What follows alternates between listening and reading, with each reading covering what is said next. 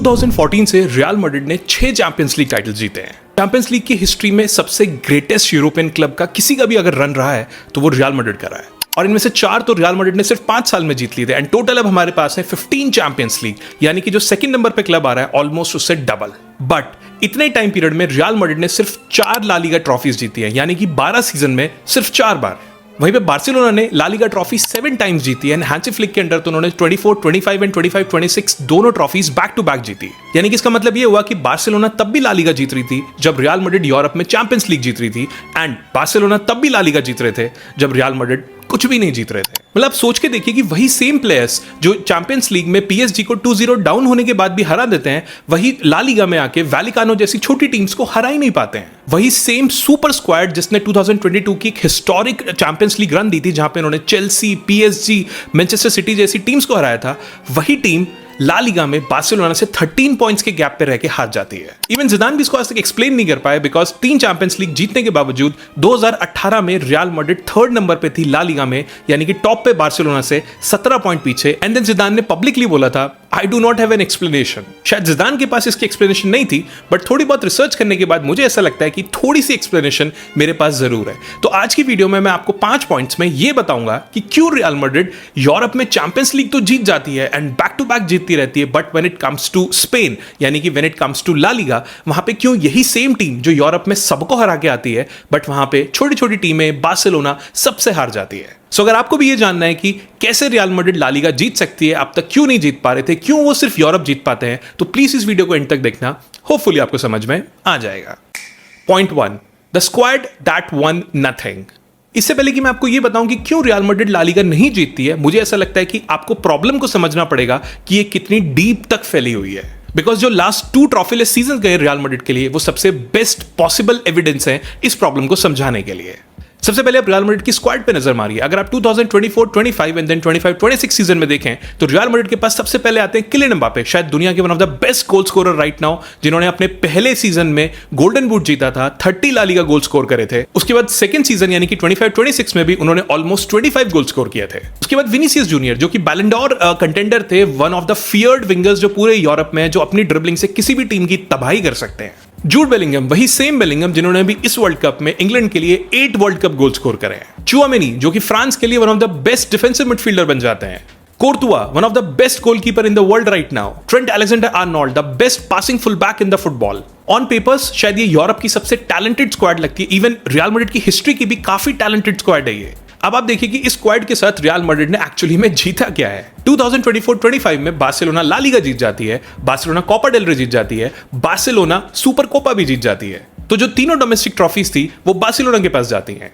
And इसी season Real Madrid quarter final Champions League का हार जाती है against Arsenal. Technically end of the day ये सेम स्क्वाड, जो कि शायद पेपर्स पे one of the world's talented squad है, कुछ भी नहीं जीतती है। उसके बाद आता है 2025-26, जो शायद पिछले सीजन से भी बुरा था। इस सीजन के लिए रियल मैड्रिड ने जाबी अलोंसो को हायर किया, जो सिर्फ 7 महीने के लिए मैनेजर रह पाए, एंड जनवरी के आसपास उनको सैक कर दिया गया। उसके बाद आते हैं आर्बेलोआ। उनके मैनेजर बनने के सिर्फ 2 दिन के बाद रियल मैड्रिड कोपा डेल रे से बाहर हो जाती है, वो भी एक second division Spanish team Albacete, and वो भी अपने होम पे। एटलेटिको मैड्रिड से 5-2 हार जाते हैं। 1950 के बाद से ये पहली बार था जब किसी भी डर्बी में एटलेटिको मैड्रिड ने 5 गोल स्कोर किए थे। दोबारा से चैंपियंस लीग क्वार्टर फाइनल हार जाते हैं बायर्न म्यूनिख के अगेंस्ट, एंड ला लीगा हार जाते हैं बार्सिलोना के अगेंस्ट। यानी कि back to back titles for Hansi Flick and 0 titles for Real Madrid. इन 2 सीजन्स में हमारे पास 3 डिफरेंट मैनेजर्स रहे, Carlo Ancelotti, Xabi Alonso and Alvaro Arbeloa, but result जो था बिल्कुल सेम था, 0 ट्रॉफीज।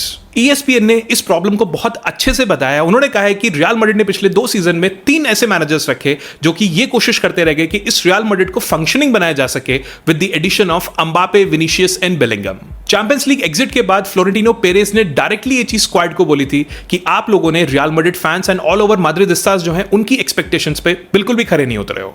शायद पहली बारी फ्लोरेंटिनो पेरेज अपनी टीम को बोल रहे होंगे कि तुम फेल हो गए हो। रियल मैड्रिड में ये सब कॉमनली नहीं होता है। अब आता है असली क्वेश्चन, अगर टैलेंट ही इनफ था ला लीगा को जीतने के लिए, तो रियल मैड्रिड को तो ये सारी ट्रॉफीज जीत जानी चाहिए थी। Being a real Madrid fan, मैं तो शायद ये बोलूंगा कि बार्सिलोना से ज्यादा टैलेंट रियल मैड्रिड के पास है। शायद यूरोप के किसी भी क्लब से बहुत ज्यादा है, बट स्टिल वो 2 बार continuous back to back La Liga हारे, एंड सिर्फ ला लीगा ही नहीं हारे बल्कि ट्रॉफी लिस्ट चले गए।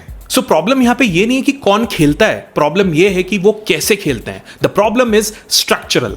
एंड ये प्रॉब्लम सिर्फ अभी लास्ट 2 सीजन से नहीं आई है, ये प्रॉब्लम काफी टाइम से एग्जिस्ट कर रही थी, बट इंडिविजुअल ब्रिलियंस के बेसिस पे हम बच जाते थे, बट लास्ट 2 सीजन में वो इंडिविजुअल ब्रिलियंसेस भी नहीं आ पाई। अब नेक्स्ट 4 पॉइंट में हम इसके बारे में थोड़ा डिटेल में बात करेंगे, एंड लास्टली मैं आपको बताऊंगा एक मैनेजर के बारे में जिसने ये प्रॉब्लम अपने टाइम पे सॉल्व कर ली थी। Point 2, addicted to drama.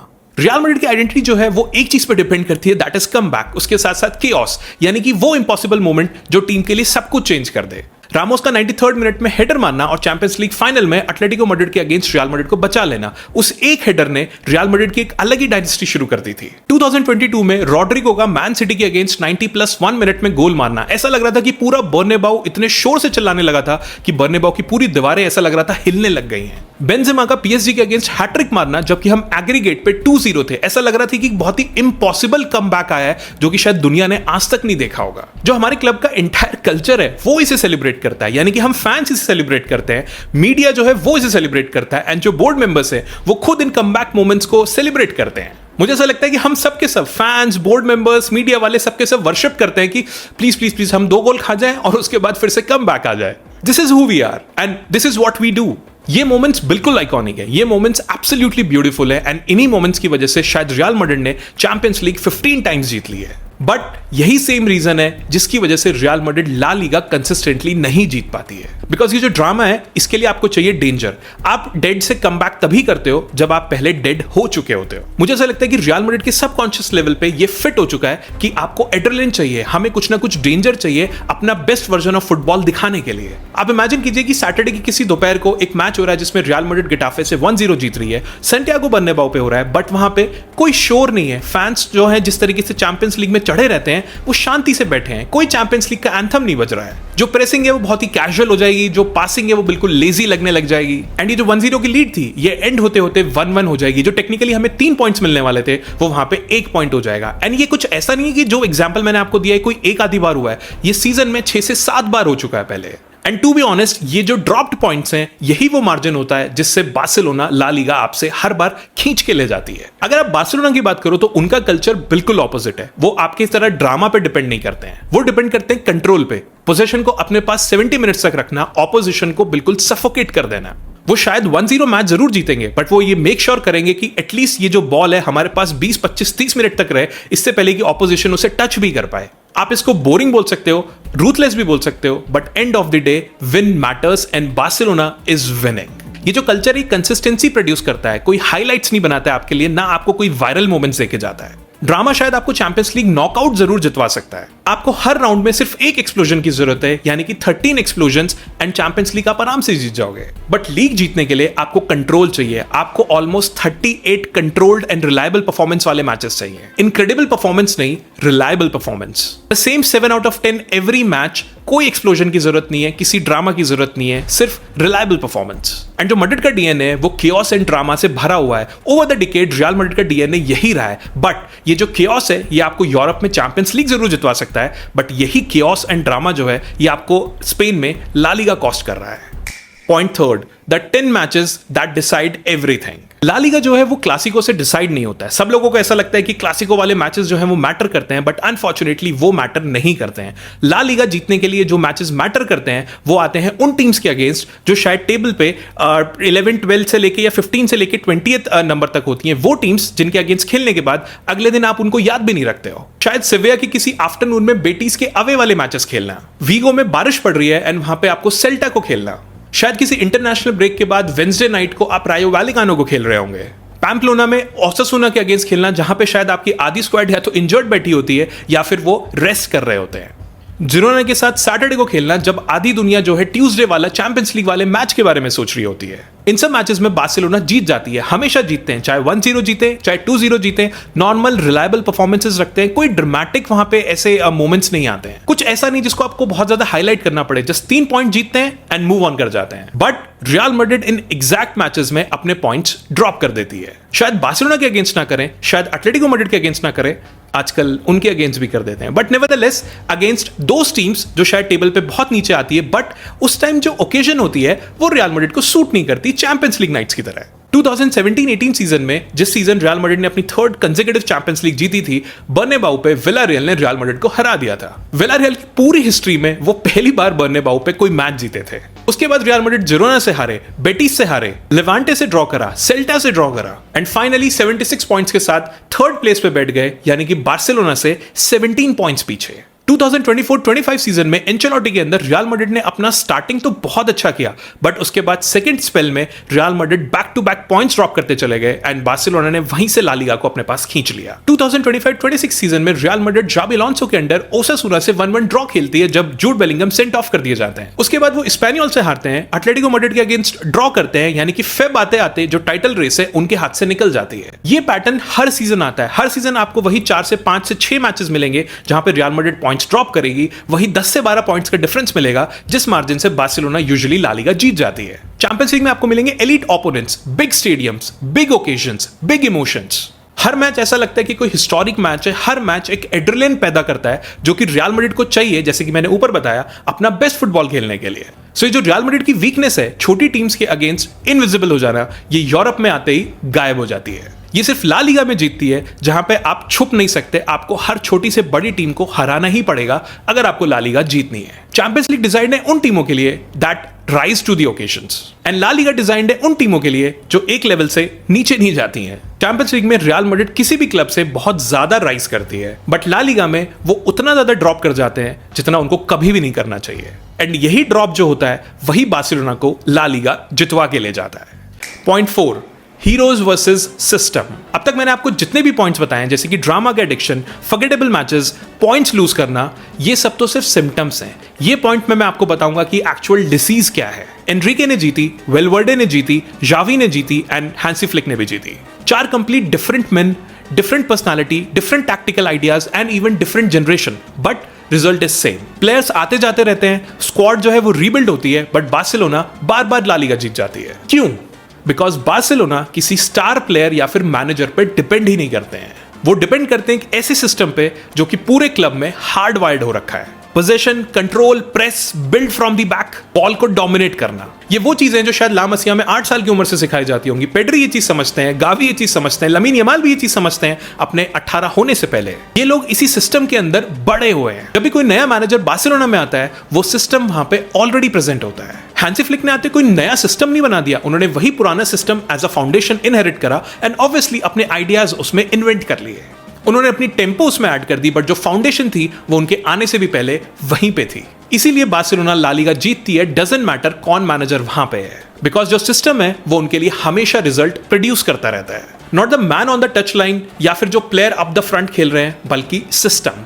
Real Madrid यहां पे थोड़ा सा ऑपोजिट है, बिकॉज रियल मैड्रिड डिपेंड करती है हीरोज पे। रोनाल्डो एरा, रोनाल्डो ने रियल मैड्रिड को ऑलमोस्ट हर बार कैरी करा, हर सीजन ऑलमोस्ट 50 गोल वो रियल मैड्रिड के लिए शूट करते थे। जिस दिन रोनाल्डो का ऑफ डे होता था, रियल मैड्रिड या तो ड्रॉ कर जाती थी या हार जाती थी, एंड जिस दिन रोनाल्डो का मैजिक चलता था तो रियल मैड्रिड अच्छे से जीत जाती थी। बेंजेमा एरा, सेम पैटर्न, उनकी हैट्रिक अगेंस्ट पीएसजी, चेल्सी के अगेंस्ट उनके गोल्स। अगर आप 2022 में बेंजेमा को हटा दो तो रियल मैड्रिड उस सीजन भी कुछ नहीं जीतने वाली थी।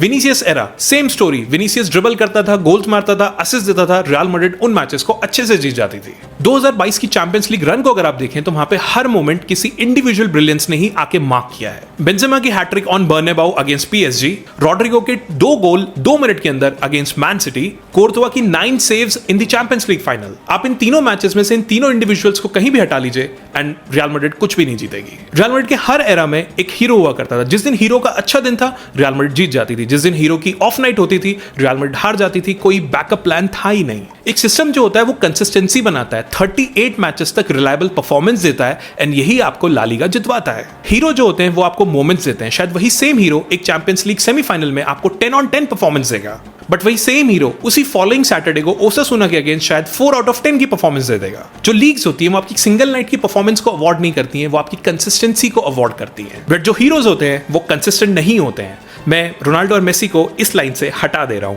बट जो सिस्टम होता है वो हमेशा कंसिस्टेंट होता है। इसी वजह से रियल मैड्रिड जो है यूरोप में जीतती है बट ला लीगा में हार जाती है, बिकॉज चैंपियंस लीग जो है वो आपकी सिंगल नाइट्स की जो पीक होती है उसको भी अवॉइड करती है। एक मैजिकल नाइट आपके 90 मिनट्स की मीडियोक्रिटी को दूर दूर तक भुला देती है। ला लीगा इस चीज को भूलती नहीं है। ला लीगा मैच पर मैच आपके इन सारी परफॉर्मेंसेस को ऐड करती है एंड 38 मैचेस के बाद इसका आउटकम दे देती है। मैड्रिड का जो मॉडल है वो इस तरीके से बिल्ड है कि आपको नेक्स्ट हीरो ढूंढना है। पहले रोनाल्डो था, फिर बेल था, बेंजेमा था, Vinicius, Mbappe, Bellingham and almost सारे हीरोज आपके लिए मोमेंट्स बनाते हैं एंड उन मोमेंट्स में आप चैंपियंस लीग जीत सकते हैं। बार्सिलोना का जो मॉडल है ये इस चीज पर डिपेंड करता है, आपको अपने सिस्टम को मेंटेन करके रखना है। ये जो सिस्टम है आपको कंसिस्टेंसी देता है एंड लॉन्ग रन में ये आपको ला लीगा जितवाता है, बट ये चैंपियंस लीग हरवा भी देता है। कंसिस्टेंसी लीग्स आपको जितवाती है बट हीरोज आपको चैंपियंस लीग जितवा देते हैं एंड शायद यही एक्सप्लेनेशन थी जो शायद या तो जिदान देना नहीं चाहते थे या उन्होंने जानबूझ के नहीं दी।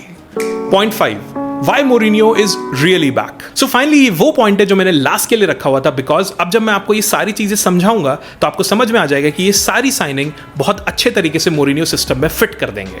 जब से जोसे मोरिनियो गए हैं लास्ट 13 साल से रियल मैड्रिड में 4 मैनेजर हुए जिन्होंने इस प्रॉब्लम को सॉल्व करने की कोशिश करी।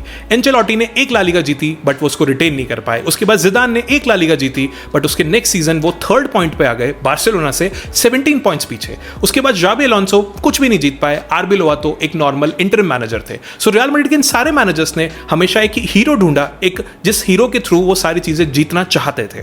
बट मेरे हिसाब से ये सारे के सारे ला लीगा के लिए एक सिस्टम नहीं बना पाए। बट लास्ट 15 सालों में एक ऐसा सीजन था जहां पे रियल मैड्रिड ने सिर्फ ला लीगा जीता ही नहीं बल्कि डोमिनेट भी किया था। मैं बात कर रहा हूं 2011-12 सिस्टम की, जहां पे रियल मैड्रिड ने बार्सिलोना को एक ऑर्डिनरी टीम बना दिया था। जोसे मोरिनियो का सेकंड सीजन, जिस सीजन रियल मैड्रिड ने 100 पॉइंट्स लिए थे, 121 गोल स्कोर किए थे, वो सीजन हमने ला लीगा 9 पॉइंट से जीती थी। एंड डोंट फॉरगेट कि वो पेप गार्डियोला की पीक बार्सिलोना थी। मॉडर्न हिस्ट्री में शायद सिर्फ एक टाइम था जब रियल मैड्रिड ने बार्सिलोना या फिर ला लीगा को ढंग से डोमिनेट किया था एंड वो टाइम जोसे मोरिनियो के अंडर था। कैसे किया उन्होंने ये? Obviously not with heroes. उस सीजन क्रिस्टियानो रोनाल्डो ने 46 गोल स्कोर किए, बट जब क्रिस्टियानो रोनाल्डो की ऑफ नाइट हुआ करती थी उसके बावजूद रियल मैड्रिड ने गोल स्कोर किए एंड मैचेस भी जीते। बिकॉज जो रिजल्ट था वो सिर्फ एक आदमी पे डिपेंड नहीं करता था बल्कि एक पूरे सिस्टम पे डिपेंड करता था जो कि उस टाइम पे आउटपुट दे रहा था। मोरिनियो ने रियल मैड्रिड में कुछ ऐसा बिल्ड किया जो शायद पिछले 20-25 साल में कोई भी मैनेजर वहां पे ढंग से बिल्ड नहीं कर पाया था। काउंटर अटैकिंग पैटर्न्स इस तरीके से प्रॉपर्ली रिहर्स किए गए थे कि काउंटर अटैक स्टार्ट होने से पहले हर प्लेयर को यह पता था कि मुझे कब और कहां से रन बनानी है। सेट पीसेस रूटीन जो कि इतने प्रॉपर तरीके से प्रैक्टिस किए गए थे कि जब ओपन एरिया से गोल नहीं बन रहे तो आप सेट पीसेस से गोल बना सकते हो। हर प्लेयर का एक स्पेसिफिक रोल था, एक डिफाइंड जॉब हुआ करती थी। एक ऐसा फंक्शन जो किसी मशीन के अंदर था। वो ये दुआ नहीं करते थे कि बॉल रोनाल्डो को पास कर दो एंड देन जस्ट स्प्रे। ये सिस्टम उस टाइम रियल मैड्रिड में बिल्कुल भी नहीं था। इस सिस्टम ने उस सीजन 100 पॉइंट्स बनाए थे एंड शायद आज तक बार्सिलोना की जो सबसे ग्रेटेस्ट टीम असेंबल हुई थी उसे भी हरा दिया था। मोरिनियो के 2013 में जाने के बाद रियल मैड्रिड वापस से अपने बैक टू हीरोज वाले सिस्टम पे आ गए, चाहे वो गैरेथ बेल की पेस हो, रोनाल्डो की बाइसाइकिल किक हो, बेंजेमा का स्पेस बनाना हो, एक्सेट्रा एक्सेट्रा। इस ब्यूटीफुल हीरो सिस्टम ने आपको 5 चैंपियंस लीग जरूर दी बट सिर्फ 3 ला लीगा जीती, जबकि बार्सिलोना ने 5 ला लीगा जीत ली थी। इन हीरोज ने आपको यूरोप में तो डिलीवर करना शुरू किया बट मोरिनियो के जाने के बाद जो ला लीगा के लिए उन्होंने सिस्टम बनाया था वो फेल हो गया एंड रियल मैड्रिड स्पेन में हारने लग गए। But finally Mourinho is back and यहां पे आते हैं कुछ फैक्ट्स जो सारी चीजों को चेंज कर देंगे। मोरिनियो ने हर जगह डोमेस्टिक टाइटल्स जीते हैं, जितनी भी टीम्स उन्होंने आज तक मैनेज करी हैं। पोर्टो में उन्होंने पोर्चुगीज लीग जीती, चेल्सी के साथ उन्होंने 2 बार प्रीमियर लीग जीती, इंटर के साथ सीरिया चैंपियन बने, रियल मैड्रिड के साथ La Liga champions. 4 different countries, 4 different titles.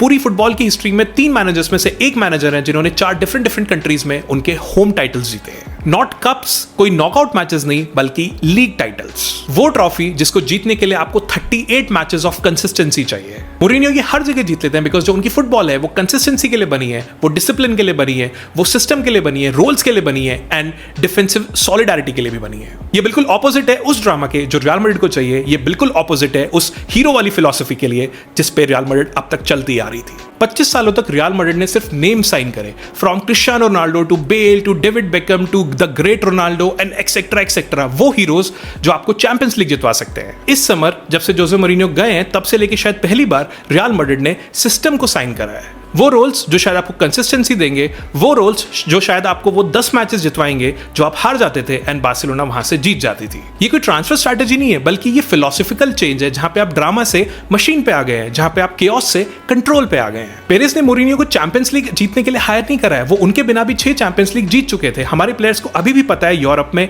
कैसे जीतना है। पेरेज ने हायर करा है मोरिनियो को वो ट्रॉफी जिताने के लिए जिसकी वजह से रियल मैड्रिड ऑलमोस्ट एक डिकेड से एम्बैरस हो रही है। वो ला लीगा ट्रॉफी जो कि बार्सिलोना हर बार जीतती जा रही है बट रियल मैड्रिड हर बार हारती जा रही है। चैंपियंस लीग तो रियल मैड्रिड का थ्रोन है but La Liga Real Madrid का अनफिनिश्ड बिजनेस है।